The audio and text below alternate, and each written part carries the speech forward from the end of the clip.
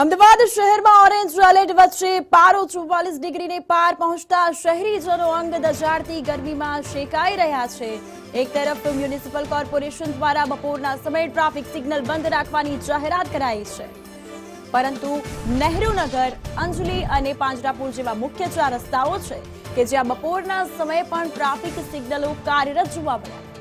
ધોકધમતા તાપમાં signal પર ઉભા રહેવા મજબૂર બનેલા વાહન ચાલકોમાં ભારે આક્રોશ જોવા મળ્યો છે। અમદાવાદીઓમાં ભારે રોષની લાગણી છે, કારણ કે જે પ્રકારે ગરમીમાં ઊભું રહેવું પડે છે, વાહન ચાલકોને તે પરેશાન થઈ રહ્યા છે।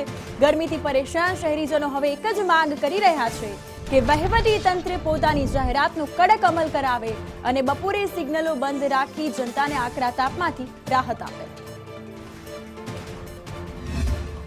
અમદાવાદ શહેરમાં ગરમીને લઈને આજે ઓરેન્જ એલર્ટ આપવામાં આવ્યું છે અને સાથે જ લોકોને ગરમીથી બચાવવા માટે ટ્રાફિક પોલીસ વિભાગ તરફથી, પ્રશાસન તરફથી સિગ્નલ બપોર દરમિયાન બંધ રાખવાની વાત હતી।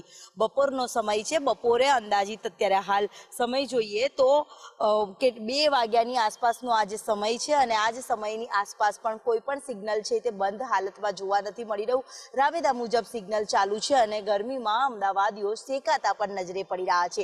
ઠેર ઠેર ગરમીનો પ્રકોપ વધી રહ્યો છે, સાથે ગરમીના કારણે લોકોએ હેરાન પણ થવાનો વારો આવી રહ્યો છે। જ્યારે ગરમીમાં હવે રાહત ક્યારે મળશે તેને લઈને તો પ્રશ્ન છે।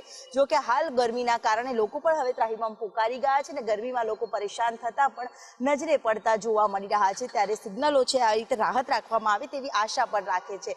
ગરમી જે રીતે પડી રહી છે એને લઈને સિગ્નલોમાં થોડીક રાહત રાખવામાં આવે એવી વાહન ચાલકો આશા રાખે છે ખરા? હા, રાખીએ છીએ। કે સિગ્નલ અત્યારે બંધ હોય છે બપોરે ખાસ રાખવું જોઈએ। બપોરે સિગ્નલ ના હોય તો વધારે સારું રહે, બહુ વધારે, અને હાથ પણ એટલા જ વધારે બળે છે।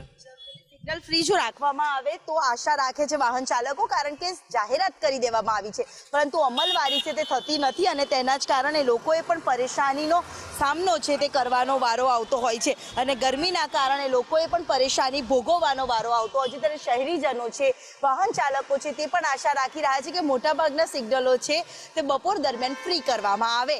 કેમેરામેન મનીષ વાણિયા